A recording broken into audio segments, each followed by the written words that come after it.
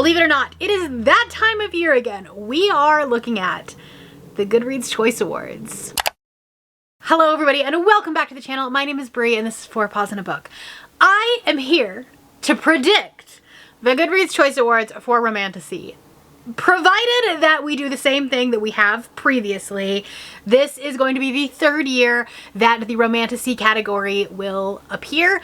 I, by no means, think that it's going away. I think Romantasy is here to stay. I think that publishing has really shown that they are putting their money into Romantasy. I think that it's not going anywhere anytime soon. So I'm here to predict the top 20. Last year, didn't do very well, okay? Did not do very well.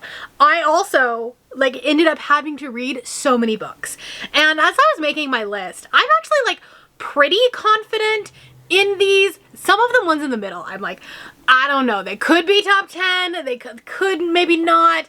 And then there are some that marketing has really pushed and I think it's going to skew some things and it's going to be a little bit less predictable. And then there are a lot of authors that wrote in other genres that are now moving into the Romantasy space, and they were so popular in places like the romance genre that I think that their readers are going to move over to Romantasy. And you can see this in the number of ratings and the amount of times it has been shelved. This is a really interesting year, I think, for publishing for Romantasy. We're seeing a lot more books that are indie published that then get traditionally picked up as the series goes along, and so the sequels are getting picked up traditionally, and you're seeing a lot more hype about them. And then there have been some debuts that have just come out of nowhere, right? There have been some debuts this past year. I don't know what happened. I don't know. Marketing just picked it up and they just ate it up. And I think it's going to throw off a lot of what predictions would say. I think a lot of what the norm is in terms of these Goodreads Choice Awards, because let's be honest, they are a popularity contest. Let's be honest, they are not so diverse. We tend to see the same winners over and over and over again. Looking at you, Emily Henry. But we're not talking about romance, we are talking about Romantasy. I do think that the winner is gonna be pretty obvious, but everything in the middle, I don't know. I have some confidence, but I wouldn't be surprised if I'm very, very, very wrong, because I'm not great at predicting these things, let's be honest. I thought I would do this a little bit differently than last year. So last year I just kind of talked about a bunch of books and it was this could be it. And I really didn't cement my decision. And this year I'm gonna do that. I'm going to cement a decision. I have picked a top 20 and then I have some honorable mentions because I don't think that they will actually make the top 20, but I want them to, or I would love to see it happen, but I don't actually see it happening. I am gonna come back to this video. I will probably react to it in my Goodreads vlog, and I'm going to give myself points for this, depending on how right I am. So I think that I'm going to give myself 1 point if it's anywhere in the top 20.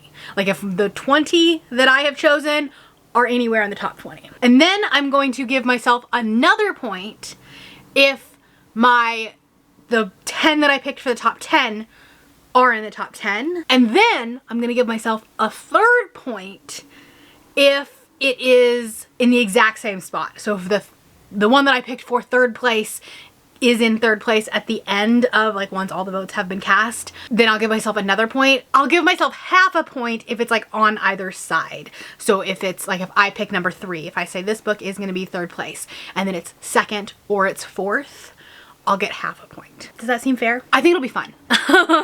And then you guys can play along with me. Obviously we won't have a final total until after the Goodreads Choice Awards are completed, but my vlog doesn't usually come out until a couple days after. We'll just wrap up the vlog with a total point. Great, okay. Let's talk about these honorable mentions first. These ones are not gonna get points. If they end up in the top 20, they don't count. They're just ones that I wanna talk about because I ended up with 24 books and I couldn't I narrowed it down to a top 20, but I still want to talk about these just in case. Okay, the first one is gonna be Firebird by Juliet Cross. The reason why I think this one is going to be, like, could be up there is we did get some special editions. There were a lot of, like the first edition was gorgeous, and there was a lot of hype leading up to the release of this book. Now, reviews after that have not been great, but it is potentially still gonna get into the top 20 simply because there might be people that still have it shelved as want to read. There are a couple of rules for Goodreads in that it has to have a 3.5 rating, which all of these do as of right now. There are a couple that are a bit close, but not terrible. And then obviously it has to be published between, I wanna say it's like November, whatever, like the day after the Goodreads Choice Awards were last year, so I think it's like November 14th or something like that, to the day that the Goodreads will come out, which would be this upcoming Tuesday as you're seeing it, I believe. Theoretically, if we kind of follow the same metric that we have in years past. Goodreads like kind of keeps this stuff under wraps, let's be honest. And the way they find their top 20 is they will go off of the ratings, so like what people have actually rated it, but they also go off of the shelved number, and that is obviously like gonna be much higher. And so because Firebird had this special edition come out, it had a lot of buzz leading up to the release, I could foresee there being a lot of people that still have it on their want to read because most people don't go back and look at them very often, as you could see in my previous video if you wanted to go check that out where I did a Goodreads audit. So that being said, this one could sneak in. I don't foresee it getting a lot of votes, so if it were to get in, it's gonna be like literally 20th place, but it could be a wild card. There are 11,961 ratings for this, and the average is 3.68. So it is really close to that 3.5, but I don't foresee it dipping below 3.5 before Tuesday. Then we have A Broken Souls and Bones by LJ Andrews. This is the first book in a new series, and this one has not really gotten the best response, so I don't foresee it really getting picked up and put into this, but it would be really cool if she did get it because I don't think that she's ever been in the Goodreads Choice Awards, so it would be cool to see that, but I don't see it happening. It only has 7,900 ratings and the average is a 4.15, so the people that are reviewing it are really liking it, but having under 8,000 ratings is a pretty good indicator, especially once we're going up and you're seeing some of these big numbers, that it's probably not popular enough to break into this really difficult category. And then we have The Wind Weaver by Julie Johnson. This one only has 7,805 ratings and a 3.95. I actually thought that this one was a lot more popular than it was when I was going through my like research. I kind of made a general list. I said, okay, I'm just gonna look this up, I'm gonna see these, but these are the ones that are like sticking in my head that could potentially make it. And only having 7,800 ratings was really surprising to me. I would have thought that this would have been more popular, but I think it was just the circles that I was in. A lot of my friends were reading this book, and so yeah, it did get a special edition. So there is that potential, like I said, with Firebird, and you know, also with Broken Souls and Bones also had a special edition, but I don't really think it's going to break into that top 20. And then my last honorable mention is going to be The Robin and the Oak Throne by K.A. Lind, and I really thought, I could have sworn that book one was in the Goodreads Choice Awards last year, and apparently it wasn't.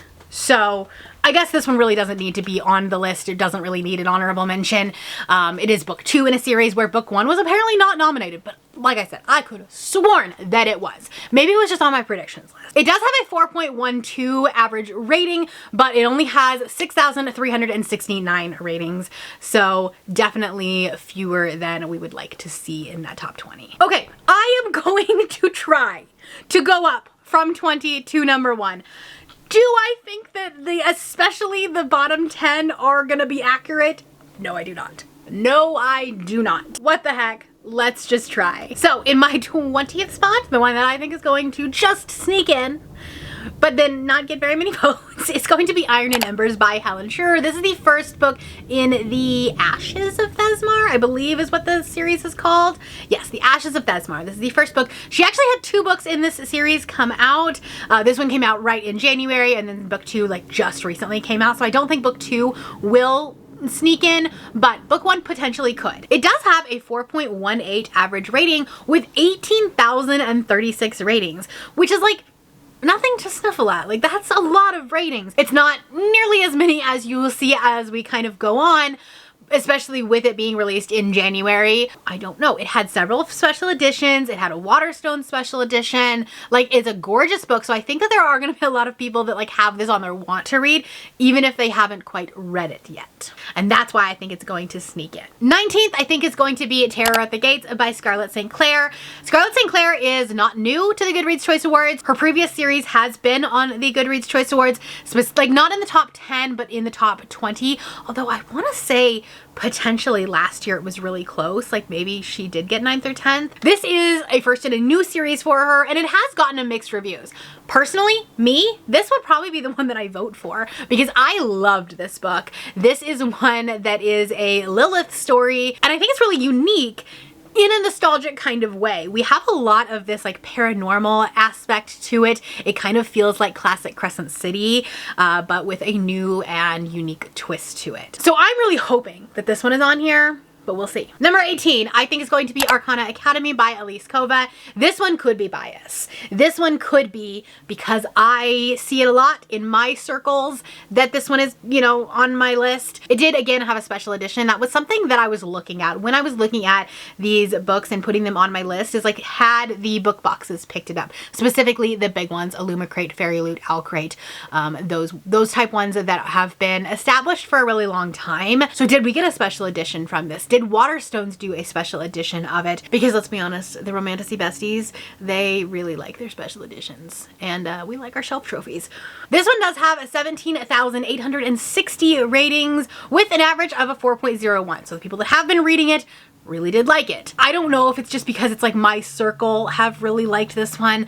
A lot of my friends have already read it, and so it's been talked about in the circles that I've been in, but I don't think that it has the power to get into the top 10. This next one I am probably the most hesitant about. I have some trepidations with it. So number 17, I have The Fallen in the Kiss of Dusk by Carissa Broadbent. And you're thinking, Brie, that's a slam dunk. Why do you only have her at 17? Here's the thing, okay? Ashes and the Star-Cursed King. The first year that we had a Romantasy category, I think it got like 3rd, right? It did so well. And then book 3 was not even nominated last year. So will book 4 even be nominated? I don't know. It does have almost 33,000 ratings, 32,786, with an average rating of a 4.0. So that all leads me to believe that a lot of people have shelved it. A lot of people have liked it. But with her being snubbed last year and not getting a nomination, who knows if they will put book 4 on there. Number 16 is also a wild card. And you might be thinking, what? Okay, hear me out. Tusk Love by Thea Guanzon. I think it's going to come in at 16. And this one actually might even be low. And the reason why is this is a Critical Role book. And the Critical Role fans are going to come out, right? We are going to probably get a lot of promotion in the Critical Role space, in like their podcast, in their marketing, their like what they talk about. And they're a whole different group of people, right? People that don't necessarily, like they're not the Romantasy fans, but they're the Critical Role fans. And so therefore I think that this one's going to have a little bit more backing that might be hidden. It might be a little under the shadows. It does have 10,343 ratings, so like fewer than the ones that I've talked about before, like at least a couple of them, but it has a 4.14, and Thea Guanzon has been nominated before. The Hurricane Wars was 7th in 2023. And now 2023's Romantasy Goodreads Choice Awards I think is a little bit skewed. It was the first year that they had it, and I think that they specifically made the category for Fourth Wing just so that like it wouldn't blow the fantasy category out of the water. And then because of Fourth Wing having just so many more votes than everything else was just a little skewed. So there's not a ton of statistics to go off of. I just feel like the Critical Role fans are going to come out for this book. So, I mean, 16 might be low for it, if we're being honest. For my number 15 pick, I am going to go with The Things Gods Break by Abigail Owen. Book 1 in this series also got 15th place last year. And so I just thought it was a little kismet. It made more sense. Does it actually? No, I don't think so. But I don't foresee this one hitting the top 10. There were so many in the top 10 that were in my possibilities of top 10 that it was like more than 10. So, we'll see what happens.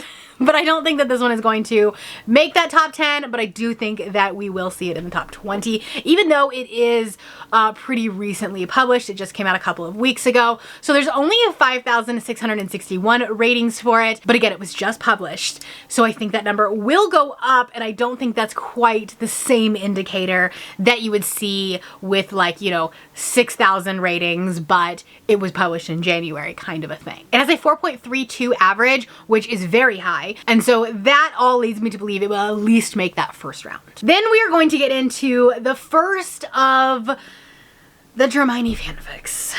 Will all three of them make the top 20? I don't know. I don't know if they're going to overload them, but at the same time, there was such a marketing push for these books that maybe, perhaps. I am going to put this out there just as like kind of a caveat before we go any farther. I am likely going to be reading at least the top 10 of this category. However, I will not be reading the Hermione fanfic. I don't want to promote those on my channel. I don't want to talk about them. I don't want to read them. To be honest, I had Rose in Chains on my like most anticipated books because I actually didn't think it was a Hermione fanfic. The way that it was initially like marketed was its own thing, and then as we kind of got a little further along, as some other ones got published, that's what we ended up leaning on, and that makes me sad, honestly, as far as like marketing. And because of that, I don't want to talk about them. So we're going to mention them today. We're going to talk about them and where I think they're going to place in the top 20, but I will not be reading them. So sorry about that. But number 14, the first one that I think might happen, The Irresistible Urge to Fall for Your Enemy. This one is by Bridget Knightley. This one I believe was an Illumicrate special edition, and it has a 3.8 rating, so I believe this is the lowest of the ratings as far as the three of them, but it does have 34,307 ratings. So quite a big jump, as you can see, and we'll see. I don't know if Goodreads will put all three of them on the list, but I think they might. All right, this one is another one that I think is questionable. I think if Goodreads calls it a romantasy, then it will be in here. But I don't know that it's actually a romantasy. I think it might be more of a fantasy. So we'll see. But I have For Whom the Bell Tolls by J.C. Lynn. And this one, like, some people are calling it more of a cozy fantasy. I don't know. But this one is a book talk darling in that this was originally a book talker. This is a, well, not even a book talker, a TikToker that wrote these skits, much like Hannah Nicole Mayer did, where she has these skits and it's about these demons that are in hell and their kind of like goings on as souls enter hell. It's literally called like the Hell Desk, or at least that's what the TikToks are. I haven't read this one yet. And so I think TikTok is going to show up for this. She has a very big TikTok following, and so if she does make the top 20, she's obviously going to make videos about it and tell her, you know, her viewers to go vote. And that's why I think this one will do okay. I don't know that it will, you know, get up into that top 10, but I do think it is going to make the top 20. It has 25,971 ratings with an average of 4.46. That is so high for 25,000 ratings. Like, that's a lot. That's well done. At number 12, I have slotted A Curse Carved in Bone by Danielle L. Jensen. This feels low, okay? A Fading Teen Blood was number 6 last year. So this one feels low. But I do think that there were people that didn't love this sequel, so I don't know that we're going to have as many people come out for it and come and vote for it. But it does have 50,834 ratings. So that is a lot of ratings, which is why I think at least it will make it into that first round. But the average is a 3.93, so we're, you know, dropping below that 4.0 mark. And like I said, there were just so many in the top 10 that I couldn't put it any higher. I don't know. This is where I'm starting to get really confused, okay? Really confused. And then this one might be the biggest shock of all. And honestly, I really hope this happens because I don't want to catch up on this series. But in number 11, I have The Primal of Blood and Bone by Jennifer L. Armentrout. Could this be the year that Jennifer L. Armentrout does not make it into the top 10? Like shallowing has ever happened before. Now the previous book for this, in this series, I think got like 4th in 2023, but the prequel series, her installment was last year and it only got 9th place last year. And this is book like what, 6 in the series? I feel like there might be a little bit of fatigue. There might be a little bit of like redundancy here. And like, let's be honest, we want to see someone else win. We want to see new faces here. So I am taking a stand and I am predicting that she is going to fall out of the top 10. Will it happen? I don't know. I don't know. She does have some big fans. So it could, you know, she could sneak into that top 10 spot, but based on the ratings and the like just what is ahead of it, I don't know. Now take this with a grain of salt because it was published September 23rd. So it has only had a little over a month of ratings and you know, it's an 800-page book. So maybe people haven't finished it yet. It only has a 19,977 ratings. We are below 20K as of filming this. It is lower than anything above it as far as number of ratings. And it only has a 3.68. Do I think it will fall below a 3.5 and then therefore not even get nominated? No. I don't think that's gonna happen. But the fact of the matter is, I don't think people are loving this book as much. I don't think people are obsessed with the series like they used to be when it was the best romantasy that was out there. Now we have so much. We have so much romantasy. And obviously, Jennifer L. Armentrout has done wonders for the romantasy community, for authors, for the genre as a whole. But is there better out there now?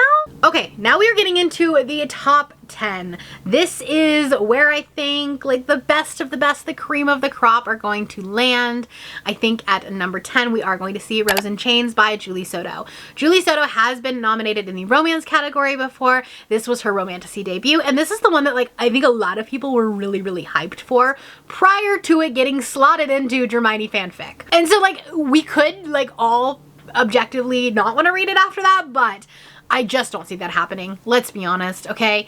The Hermione marketing was superb, okay? Despite our feelings on the concept, the ship as a whole, the marketing related to She Who Will Not Be Named, like, it feels icky to me, and I don't love it, but when you're talking dollars, you cannot deny it didn't work, okay? If you're looking at Book Talk, it clearly worked. This one has 46,748 ratings with an average rating of 4.19, so pretty high. It did have a Fairy Loot special edition, I believe, and then also just like the general first edition was gorgeous. In 9th place, I have a surprise, okay? I think it's going to be Enchantra by Kaylee Smith.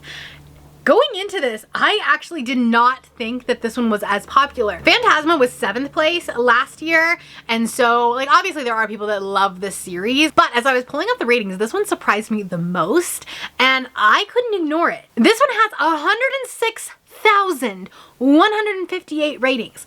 There are over 100,000 people that have shelved this book, that have loved this book. It has an average rating of 4.31. Do you know how hard it is to get that high of a rating with that many ratings? That is impressive.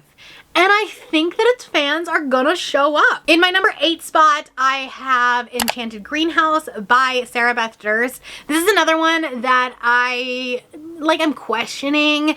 Book 1, The Spell Shop, was 5th place in 2024, which also surprised me because let's be honest, The Spell Shop was not a romantasy. However, I have heard good things about The Enchanted Greenhouse. I've heard that it is definitely more romance forward, that we see more of a romantasy element to it, and so I am hopeful. This one has the fewest ratings of my top 10 for sure, but it's one of the few cozier stories, and I think that there's definitely a niche there, and I think that there is a desire for those books to do well. It only has 22,928 ratings. It does have an average of 4.18, so right there in the mix as far as the average rating. I just couldn't ignore that book one got 5th place. So like there's a lot of people out there that love it. This video is cursed. First my memory card filled up, then my battery died. Hopefully it saved the footage. I don't want to go back and talk about it, but I can't ignore the fact that book one was 5th place in 2024. So I'm putting it at number 8 here. We'll see what happens. Number 7 is actually the one, weirdly enough, I forgot about. I don't know how I forgot about it. I don't know how I could have not seen, like, how, there's no way that this book doesn't make the top 10, and that's Direbound by Sable Sorensen. This has gotten a couple of special editions. It's one of those indie to trad pipeline books where, like, it just blew up and then it got traditionally picked up. It has 71,661 ratings with an average of 4.34. Again, a phenomenal average for that many ratings. And so for that reason, I can't ignore it. I think it's gonna hit into the top 10. Probably not the top 5, but like, I have been wrong before. Number 6, another one that really stumped me because I would have probably had this one in the top 20, but not the top 10 and not this high for sure. But that is The Night and the Moth by Rachel Gillig. I went out and looked this up and had to double check the number that was on here. 134,226 ratings. That is so many for a book that, like, I feel like Book Talk and BookTube didn't talk about that much. But not only that, not only does it have that many ratings, the average is a 4.29. So obviously there are going to be a lot of people voting for this. I think that this is going to be the book that the fantasy readers will vote for. This is the one that has, like, it has such a small romantasy, like it is a romantasy, but I feel like the romance of it is like, it's slow burn and it's very political based, and it's like the romance doesn't feel as front and center as some of these other books. And so I think the fantasy lovers are going to love this book. And then at number 5, we have what will likely be the highest ranking of the Hermione picks, and that is Alchemized. This has 63,507 ratings with an average of 4.53. And this book came out September 23rd, the same day as that JLA book. So that tells you like the difference in number of ratings, average score, all of that. And this is like a 1,000-page book. So like, I guess the argument can't stand for that one. I don't know. There's no way that this one doesn't make the top 10. I'm not reading it. I'm not reading a 1,000-page book, and I'm not reading a Hermione fanfic. I'm just not interested in that, but I do think that it will be in the top 5. In my number 4 spot, I am going to have Accomplice to the Villain by Hannah Nicole Mayer. I probably won't read this one either, so maybe we'll just like replace it. So instead of reading 4 and 5, we'll read 11 and 12, that kind of thing. Perhaps, I don't know. We'll just like pretend that it's only the books that I wanted to read. We'll just read as many of the 20 that I want to read. How does that sound? Here's the thing. I always find a favorite book when I'm doing these, right? There are books that end up on my top 10 of the year from these Goodreads Choice Awards. Swordcatcher was my favorite book of 2023 when I did the fantasy. Quicksilver was in my top 3, I think it was 3rd in 2024. And then when I did romance back in like 2022, I want to say The Wedding Crasher was on there, and that one was a favorite book of the year. So I always find favorite books. Do I also find duds? Yes. This one being that. I know that a lot of people love this series. I am not one of them. I read book 1 and didn't love it, and so I DNF'd book 2 last year. And so I don't think I'll pick up number 3. So sorry. But books 1 and 2 were 2nd place in 2023 and 2024. So there's no way that this one doesn't end up in the top 5 at least. Based on the number of ratings, I can't put it up in number 2 because there are some just heavy hitters this year. It has 60,008 ratings with an average of 4.13. With it being the 3rd in a series, I think we could potentially see this one drop off a little bit, but I still think it's going to do really well. And then number 2 and number 3 are the ones that like really threw a wrench into you know, the normal predictions, the things that you thought would have happened. So number 3, I have Shield of Sparrows by Devney Perry. This is another one that has an incredible amount of reviews. And like, Devney Perry is a very well-known romance author, and so I think the romance fans if they come and vote, because you don't have to have had read all of the books. And so like I think the romance fans are going to come over and vote for this one. And let me tell you, the romance readers, they are a big bunch. They're a big crowd. So this one could, I could see 2 and 3 swapping for sure. This one has 208,662 ratings. That is so many. It has an average of 4.41. So again, super high. There's no way that this one doesn't end up in a top 5 at least. Number 2. It has fewer ratings than Shield of Sparrows. I think, like I said, 2 and 3 could easily switch. But for number 2, I have Silver Elite by Danny Francis. And you're like, that seems like a lot. Here's the thing. This book has some sort of dark magic. Okay? There is some entity, some force, marketing, that's what it is, it's marketing, that is pushing this book. Okay? This book came out of nowhere. The Instagram is faceless. We don't know who this author is. And this book was all the rage on TikTok, on Instagram, on YouTube. This book had so much marketing for an unknown author. It's gonna use its magic again, and it's gonna end up right here. That's all I can say. So that's what I'm relying on the magic for. And the number 1 book, no one is surprised by. There's no way that this book doesn't win. Okay? It has 1.5 million ratings on Goodreads with an average score of 4.21. Again, do you know how hard that is? What? That is a lot. Okay? And that is obviously Onyx Storm by Rebecca Yarros, the 3rd book in the Empyrean series. Fourth Wing was the 2023 winner. Fourth Wing was the reason that the Romantasy category exists. Iron Flame was not nominated because Fourth Wing and Iron Flame came out in the same year, and you can only have one from a series in the Goodreads Choice Awards, and so it was only Fourth Wing. So Onyx Storm will now be nominated in 2025. There's no way that it doesn't win. But let me know down below, what are your predictions? What do you think? Obviously, we know Onyx Storm is gonna win, but where do you think I went wrong? What do you think should be on here instead of what I put? And how many points do you think I'm gonna get? We'll see what happens. I think that is going to come out on Tuesday as you are seeing this, just a couple of days from now. If you're not feeling chatty, do a trophy emoji. If you want to check out my Goodreads predictions from last year, I'm gonna put it on the screen here. It was a good time. It was a fun time. You can go laugh at me. And then I'll also put my Romantasy vlog right here from last year so you kind of see how I did it last year. I'm sure I will do something a little bit different this year. We'll see what happens. If you're new here and you have not yet subscribed, there's a little button that you can do so down below the video. If you'd like to hang out with me more, the links to my Instagram, my Goodreads, my Threads, and my Patreon are linked in the description below. Thank you for watching, and I will see you next time. Bye!